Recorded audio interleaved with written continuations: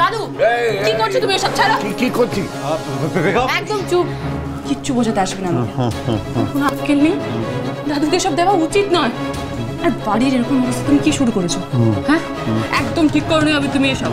এই বদুয়া, এই মাঝে মধ্যে দাদু নাতির আসর না বসলে জমে? বল, তুই বল।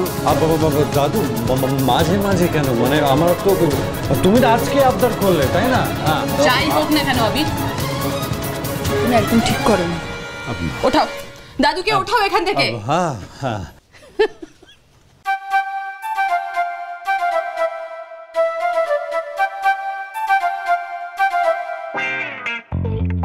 ঠাম্মি তুমি হাসছো? হাসবো না তো কি করব? এই দুই মক্কেলের দৌড় তো আমার ভালোভাবে জানা আছে। আবার সেই কীর্তি। হ্যাঁ দেখি। ঠাম্মি ঠাম্মি, না না, জানতাম। আরে আপেলের জুস, কি দেখছো এইভাবে? আপেলের জুস? আগে হ্যাঁ, এটা এনাদের অনেক পুরনো অভ্যেস। ওনারা আপেলের জুস নিয়ে বসেন, বেশ খোশ মেজাজে বসেন, আর এটা নিয়ে নাকি নেশা করেন, আর যত সব ফোন দিয়ে আটে। তুমি তো আগে কখনো এই দৃশ্য দেখোনি। দাঁড়াও, সবুর করো, এখনো কত কিছু দেখা বাকি। যেমন দাদু তা তেমন নাতি। কারণ আমরা তো গুড বয়েজ। আমরা গুড বয়েজ। হ্যাঁ গুড বয়েজ।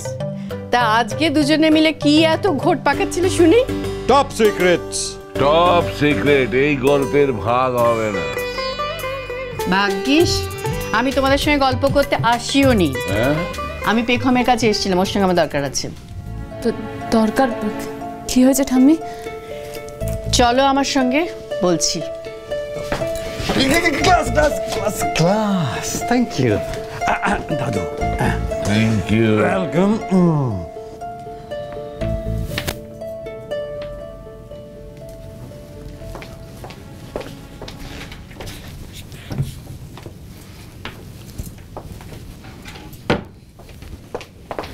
আরে আরে কি করছো? কি সব ভাজ নষ্ট হয়ে যাবে, ছাড়ো। আরে বাবা, তোমাকে হেল্প করছি একটু। তোমার হেল্প না করাটাই আমার কাছে সব থেকে বড় হেল্প। আচ্ছা ঠিক আছে, হেল্প করছি না। তবে তুমি বলো তো, তোমার মাথার ভেতরে কি চলছে? কি চলবে আবার? এই বসো বসো বসো, এখানে বসো। বলছি, তোমার সাথে এত বছর ধরে সংসার করছি, তোমার মুখ চোখ দেখলে আমি বুঝতে পারি তোমার মনের ভেতরে কি চলছে। কি হলো? আরে স্বর্ণালী, এখন তো সবকিছু ঠিকঠাক চলছে। আরে আমাদের শ্রীকেও ঠান্ডা করা গেছে, শান্ত হয়ে গেছে শ্রী। আর আমাদের আবির আবার সবার মধ্যে ফিরে এসছে। তাছাড়া পেখমও দেখো সবার সাথে মিলেমিশে যাচ্ছে। এখন তোমার কিসের চিন্তা বলো তো? আমার চিন্তা আগে যা ছিল এখনো তাই থাকবে। আমি মানছি আমরা সবাই পেখমকে খুব ভুল বুঝেছিলাম। ও যেভাবে স্ত্রীকে বাঁচিয়ে ফিরিয়ে নিয়ে এসেছে, তার জন্য সত্যি আমি ওর কাছে কৃতজ্ঞ থাকব। কিন্তু কেন জানি না, আমার এখনো মনে হয় পেখম এই পরিবারের জন্য ঠিক নয়। স্বর্ণালী, স্বর্ণালী আবার? আমি বারবার একই কথা বলব। আবিরের বউ হিসেবে, এই পরিবারের পুত্রবধূ হিসেবে আমি এখনো পেখমকে সম্পূর্ণরূপে মানতে পারছি না।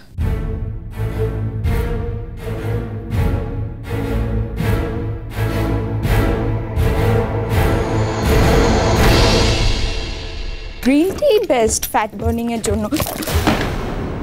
কি গো পেখম, তুমি দেখে চলতে পারো না? এই দাঁড়াও, এটা কি? হ্যাঁ, কি নিয়ে যাচ্ছিলে?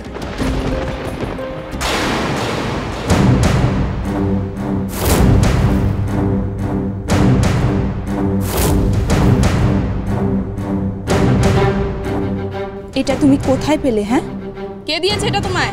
এটা এটা আমার। আমতা আমতা করছো কেন? বলো এটা কোথায় পেলে? কাজ জানো? মেসি ভাই, এক্ষুনি জবাব দাও, এই বালা দুটো তুমি কোথায় পেলে? একটা সোজা প্রশ্নের সোজা উত্তর দিতে পারছো না, নিয়ে পালাচ্ছিলে এই বালা দুটো। না কি না না, এই সবাইকে এখানে ডেকে কিন্তু জড়ো করব আমি। মা, বড় মা, শিগগিরই এসো, দেখো কি কাণ্ড হয়ে গেছে। কি হয়েছে? কি হলো? কি চিৎকার করে না বৌমা? কি হয়েছে? কিছু করছো কেন? দেখো বড় মা, এই বালা জোড়া নিয়ে পেখম নিজের ঘরে পালাচ্ছিল। দেখি দেখি দেখি, এই বালাটা তো খুব এটা তো মায়ের বালা। ও বর্দি ভাই, শোনো শোনো শোনো শোনো, আরে তোমার মনে আছে এই সেই মায়ের বালা দুটো গো? আরে মায়ের শাশুড়ি মা তার মুখ দেখে দিয়েছিল। কিন্তু এই পেখম, তুমি এই বালা দুটো কিভাবে পেলে? কাকিমণি আসলে কি আমতা আমতা করছো তখন থেকে? বলো না কোথা থেকে পেলে? কিভাবে পাবে? আমি দিয়েছি নাথ বউকে বালা দুটো।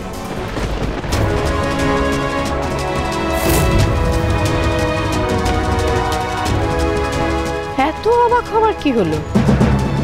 আমি আমার ছোট নাথ বউকে বালা দুটো দিয়ে আশীর্বাদ করেছি।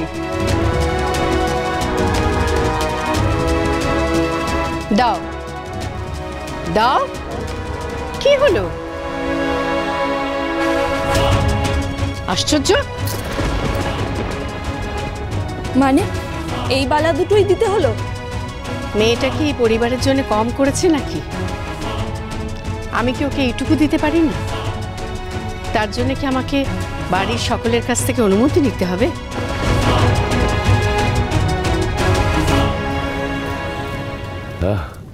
আমার গিন্নি, তুমি আজকে যা করলে না, আহা, আমার গিন্নি যে খুব বিচক্ষণ সেটা আমি জানতাম, কিন্তু এরপর আজকে আর কোনো সন্দেহ রইল না। মা মা মা, তুমি দারুণ কাজ করেছো, একটা দারুণ কাজ। এই পেখমের জন্য আমার মেয়েটা বিপদের মুখ থেকে বেঁচে এসছে। ওকে তুমি যাই দাও না কেন, সব কিছু ওর সামনে কম হবে। দেখলে মা, যে বালাটা ঠাম্মি কোনোদিন তোমাকে বা বড় মাকে ধরতে পর্যন্ত দেয়নি, কত সহজে পেখমের হাতে তুলে দিল। কি এমন জাদু করেছে মেয়েটা?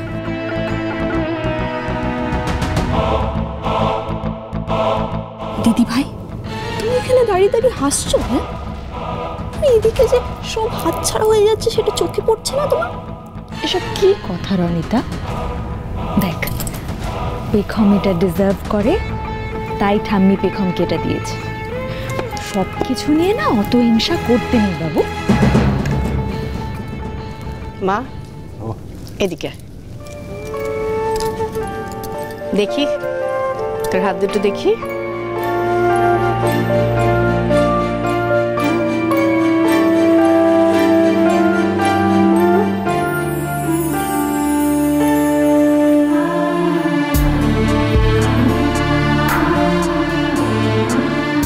এটা যার জিনিস তার হাতেই সাজে, যত্ন করে রেখে দেবে, কারোর হাতে যেতে দেবে না।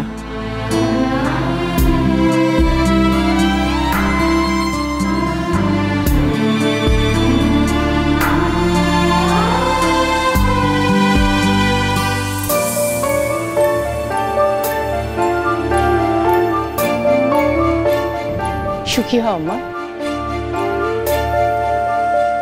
দেখলে বড় মা, এবার যে যার ঘরে গেলে ভালো হয়, যথেষ্ট রাত হয়েছে। মা, আপনি বাবাকে নিয়ে ঘরে যান।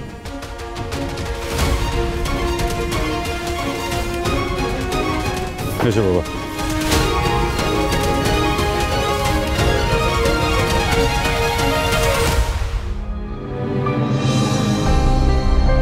পেখম, কি ব্যাপার? তুমি এইভাবে চলে এলে কেন?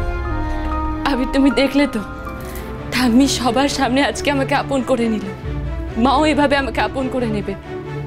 সেদিন কেউ আর আমাকে ঘর ভাঙানি বলবে না, আর সেই দিনটা খুব তাড়াতাড়ি আসবে। বলো, তুমি হাসছো কেন? আমি তো তোমাকে একটা সিরিয়াস কথা বলছি, ভালো লাগে না? পেখম, আসলে বিয়ের পর থেকে কখনো তোমাকে আমি এত আনন্দে দেখিনি, তাই আমার সন্দেহ হচ্ছে। মানে তুমি আমার থেকে বেশি আমার মা আর আমার ফ্যামিলির প্রতি বেশি কনসার্ন, চিন্তিত নয় তো? হ্যাঁ, তোমার সাথে কথা বলে কোনো লাভ নেই, আমি চললাম।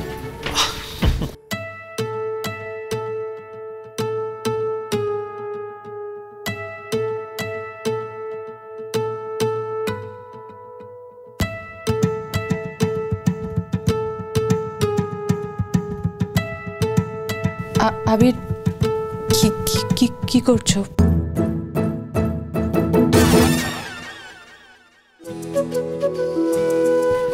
ম্যাডাম, আমি কিন্তু কিছু করিনি।